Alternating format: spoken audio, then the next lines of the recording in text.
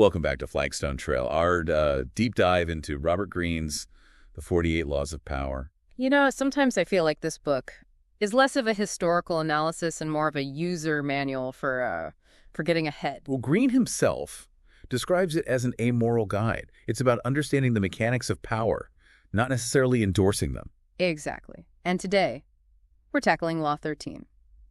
When asking for help, appeal to people's self-interest, never to their mercy or gratitude. Okay, full disclosure, this one rubbed me the wrong way at first. It sounds so transactional. Like, where's the human connection? It does challenge the notion of selfless kindness, doesn't it? But Greene is arguing that when it comes to securing someone's cooperation, appealing to their sense of self-interest is simply more effective. So instead of hoping someone will do us a favor, out of the goodness of their heart, we need to figure out what's in it for them. Precisely. It's about understanding their motivations. What are their goals, their fears, their desires? Once you grasp that, you can frame your request in a way that aligns with their self-interest. All right. I'm willing to keep an open mind, but honestly, I'm struggling to see how this works in practice. Doesn't it come across as manipulative? Not necessarily. Think of it as strategic communication. Greene uses a fascinating historical example to illustrate this.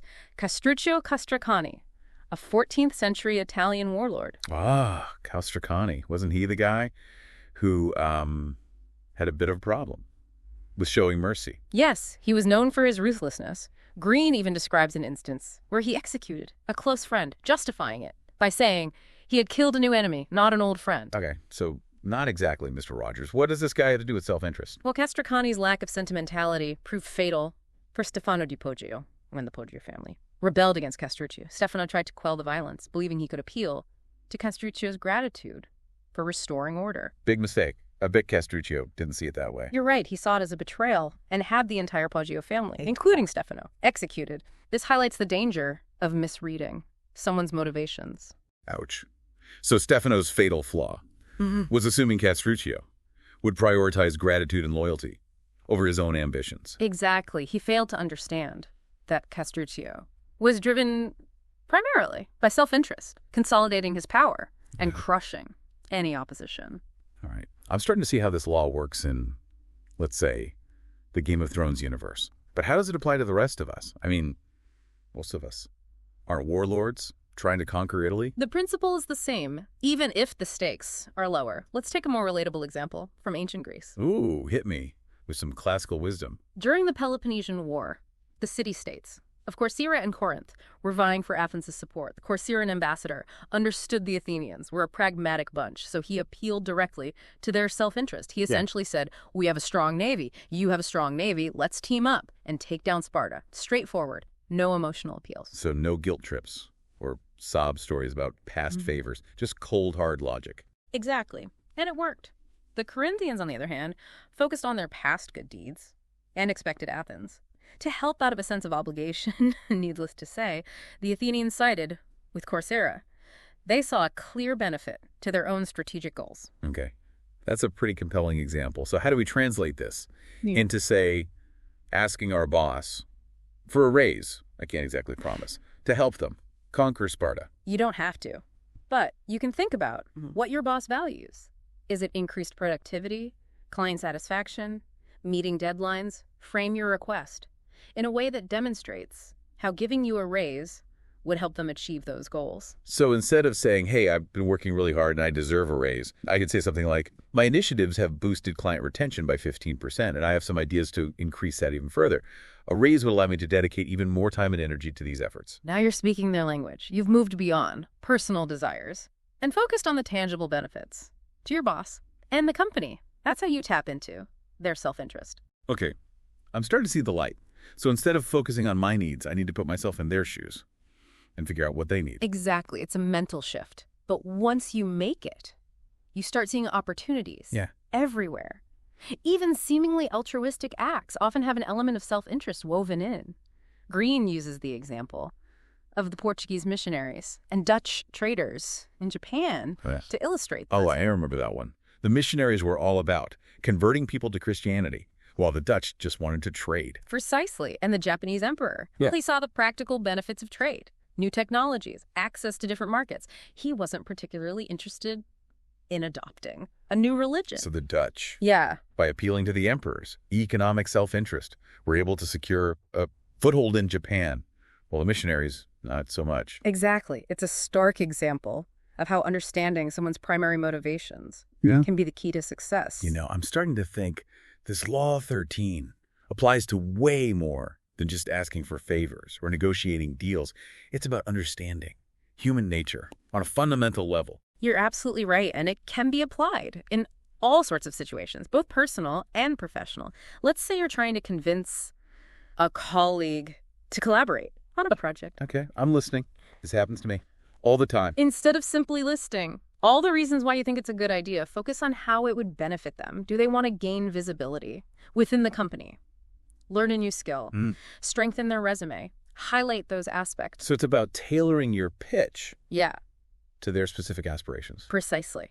And remember, self-interest isn't always about money or power. It can also be about intellectual curiosity, a desire for recognition, or even simply wanting to be helpful and make a difference. This is making me rethink how I approach all sorts of interactions. It's like a new lens for viewing the world. It can be a powerful tool, but it's important to use it wisely. Remember, understanding someone's self-interest doesn't mean manipulating them. It's about finding that sweet spot where your goals and theirs align. It's about creating win-win situations. Got it.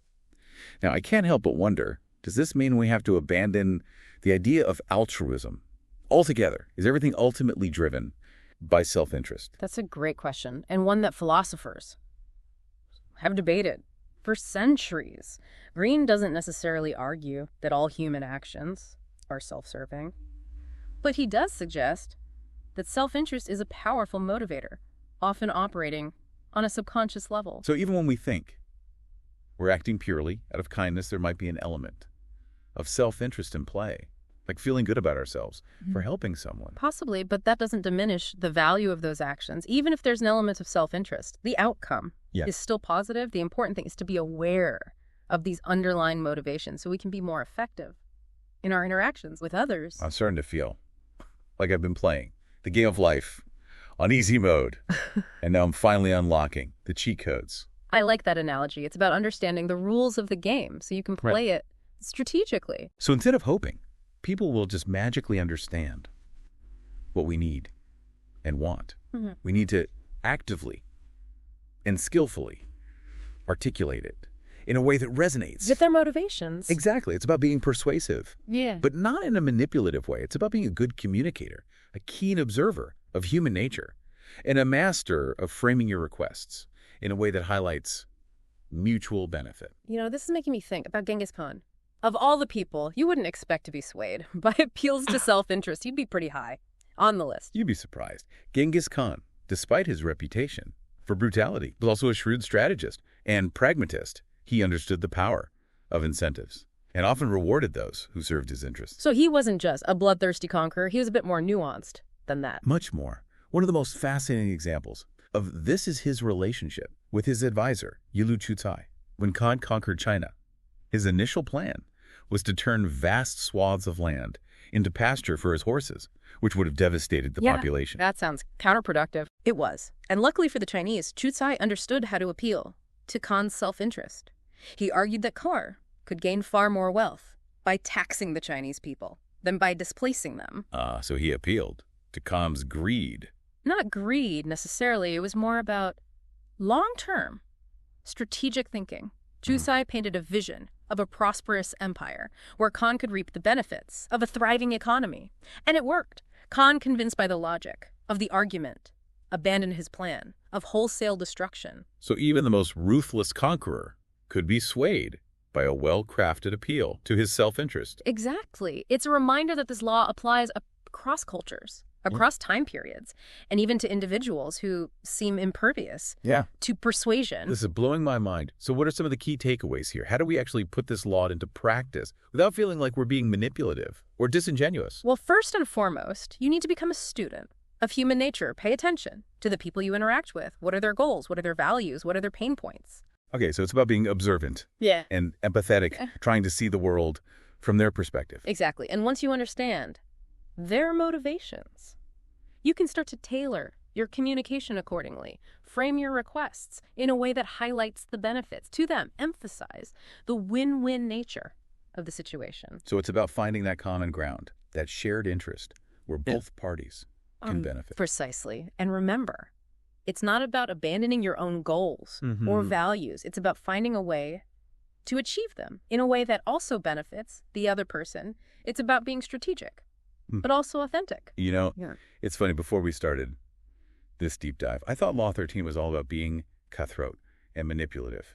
But now I'm seeing it as a more nuanced approach to communication and persuasion. It's definitely not about being Machiavellian or exploiting people. It's about understanding the underlying motivations that drive human behavior and using that knowledge to create mutually beneficial outcomes.